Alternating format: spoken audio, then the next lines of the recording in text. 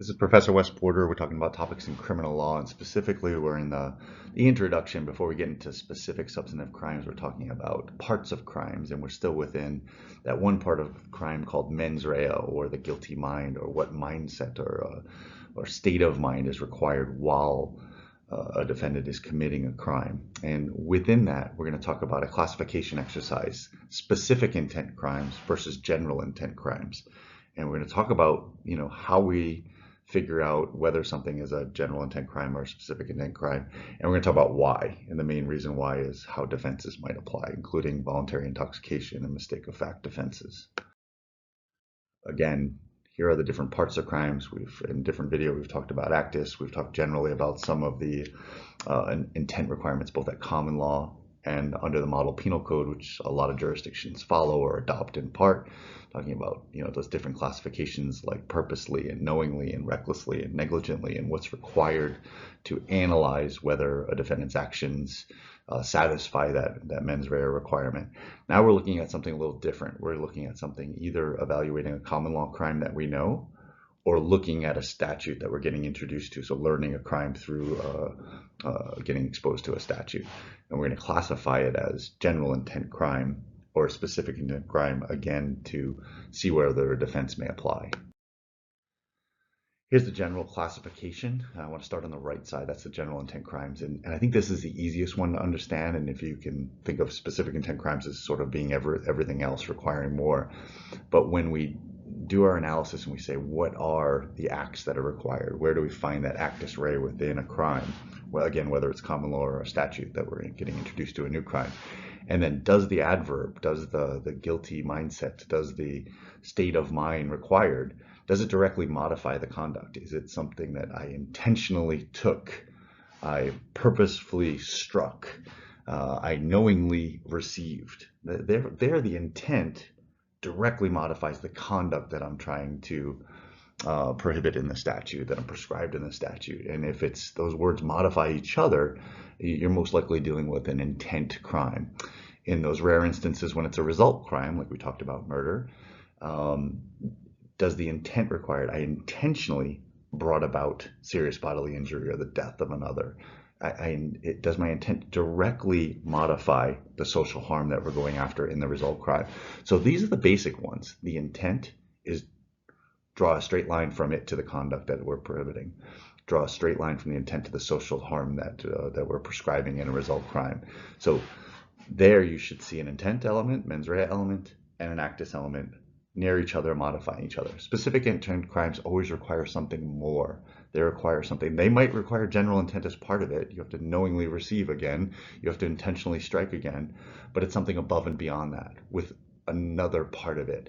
And a magic phrase that you can look for, that we can be on the hunt for as we study this, is with intent to. That's in the yellow box there on the left side. With intent to do something above and beyond. Usually a future act, a special motive, an awareness of attendant circumstances. Those are those parts of the crime that are sort of different than actus and different than mens rea. It's just something else that needs to be required. If we look at two common law property crimes that we'll study and we'll get introduced to later, larceny is a specific intent crime. And that's because, you need to knowingly take something. It has a general intent element, but you have to do so with intent to permanently deprive. So therefore, we need a special motive to that loss. Not every knowing taking, not every person who knowingly takes something commits a larceny. Only those who knowingly take with intent to permanently deprive. It might be a different crime. It might be wrongful appropriation. It could be something else as defined by a statute, but it's something above and beyond. Same thing with burglary. Burglary, it's the breaking and entering, right? It's the intentional breaking and entering of a dwelling house of another at nighttime at common law. But it has a different element beyond that intentionally breaking or intentionally entering, right? It requires more. It requires something above and beyond, and that is a future act with intent to commit a crime therein. So burglary, even at common law, with intent to commit a crime therein. That's what makes it a specific intent crime, because it has that special, very specific intent requirement that goes above and beyond just intending the conduct, the breaking, the entering. So those are two examples of why, as we'll see, property crimes are specific intent crimes. Here's some at common law.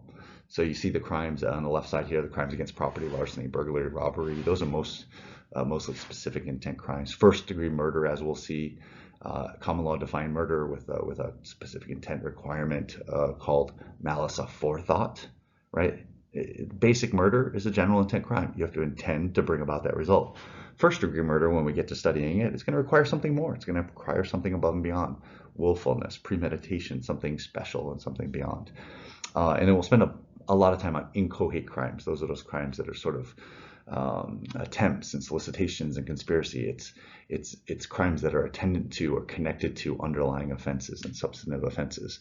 Those two are going to require more because oftentimes the actus, like think about an attempt, they're taking steps in the direction of committing a crime but don't complete it.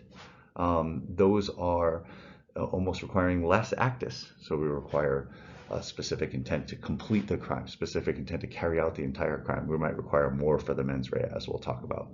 Some of these general intent crimes, I'm not going to go through them specifically, but rape and battery and assault, an actual threat, those are general intent crimes because you'll see when we look at them at common law, the intent element, the knowingly, the intentionally, the purposely, it modifies the conduct, or in the case of murder, it modifies the prescribed harm that we're trying to address. So it goes directly with the conduct. It goes directly with the result. And the why does it matter? I mentioned voluntary intoxication. There's others. A big one is mistake of fact. I'm not going to go through this entire chart just for this introductory lesson, but as you can see, strict liability, it's a minority of crimes. There aren't that many. They're basically welfare type things, welfare type prescriptions. But if it's strict liability, there is no mens rea. There's no mental state required. So therefore, if someone was mistaken in committing it, it's not going to be a defense. If it's a specific intent crime, like we talked about with inchoate offenses or property offenses or first degree murder, well, any honest mistake, just an honest mistake, just subjective, the defendant says, oh, I thought this was the circumstances, if believed by the jury, could be a defense to a specific intent crime because essentially they could not form the specific intent, that which goes above and beyond, the with intent to permanently deprive in larceny, the with intent to commit a crime therein in burglary. An honest mistake, I thought this was my home. I thought this was free to take from the store. An honest mistake may be a defense because it negates that specific intent, that above and beyond requirement. As with general intent, it's going to be a little more difficult to have a mistake defense because not only does it have to be honest, it has to be objectively reasonable. So if it's a rape and we're talking about consent, honest and reasonable the mistake must be. Same thing with kidnapping and arson and the other ones we talked about. We'll talk more about defenses as we go on, but just know classifying, especially at common law, classifying crimes as specific intent crimes or general intent crimes can have an impact on the defenses that may apply, including voluntary intoxication and, as we look at on this slide, mistake effect.